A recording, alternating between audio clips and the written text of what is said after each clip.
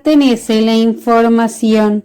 ¿Quién la construye? Hay diferentes críticas en cuanto a ello. Hay que dialogar con estos desacuerdos.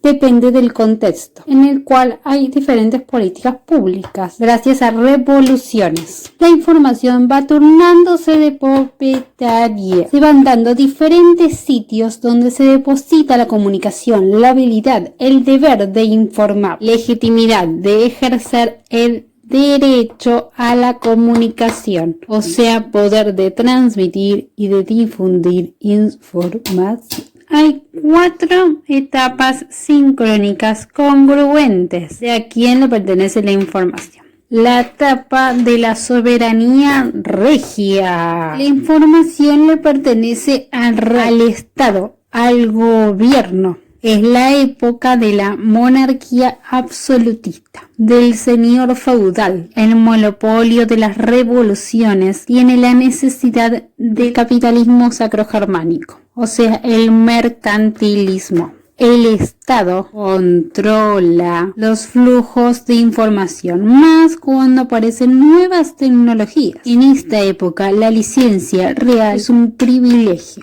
Por ello, suelen haber censuras previas, por lo que se miente o se retiene información.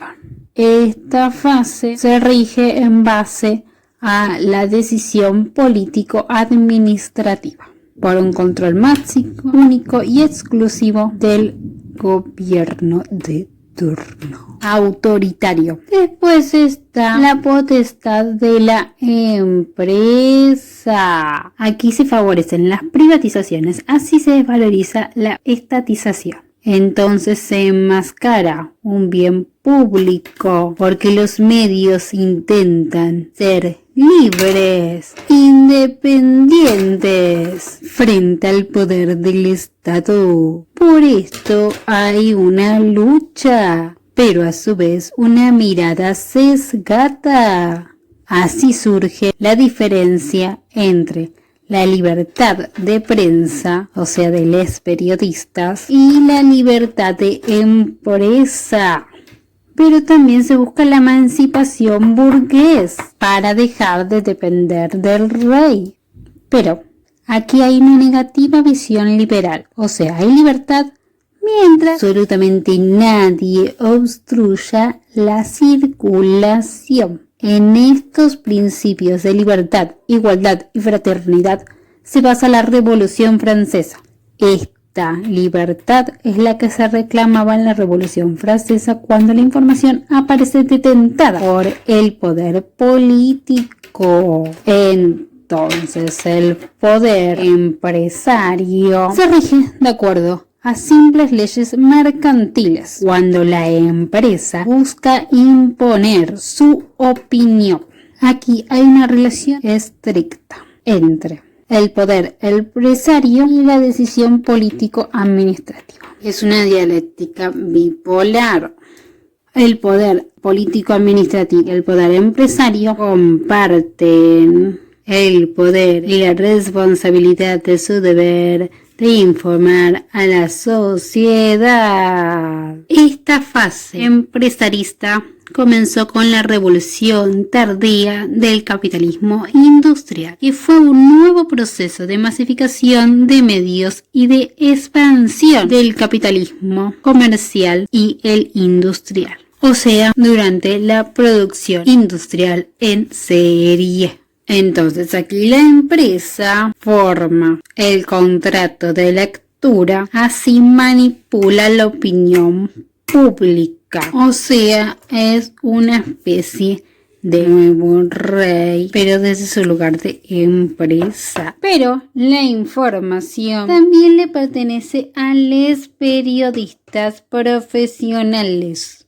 Aquí se empieza a vender prensa amarilla, pero también hay un cierto partidismo a favor del gobierno. Entonces ahí surge la idea de negocio. Rige la responsabilidad de los informantes. Por esto nace el estatuto de prensa, ya que empieza a haber conciencia de los periodistas y surge el sindicalismo.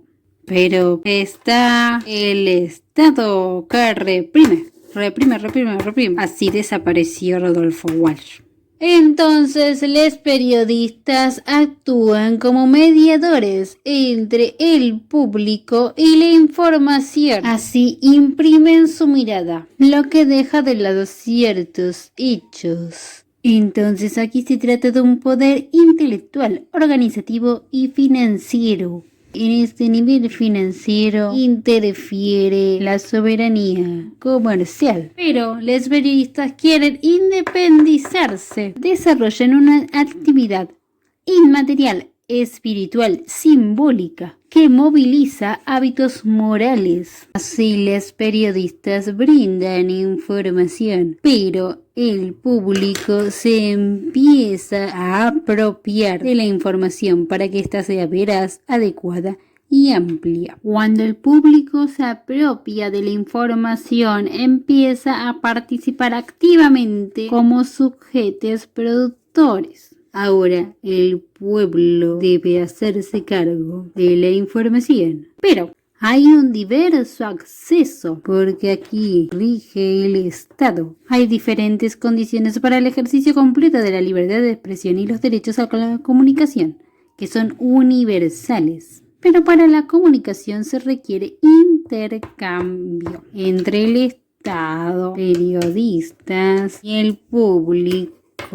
Pero los periodistas están regidos por la empresa. Entonces, con este intercambio, el público puede comentar opiniones, intereses, acuerdos, etc. de la empresa, pero también de los periodistas. Pero para que no interfieran tanto los acuerdos del gobierno, sus opiniones, intereses, etc., tiene que haber justicia.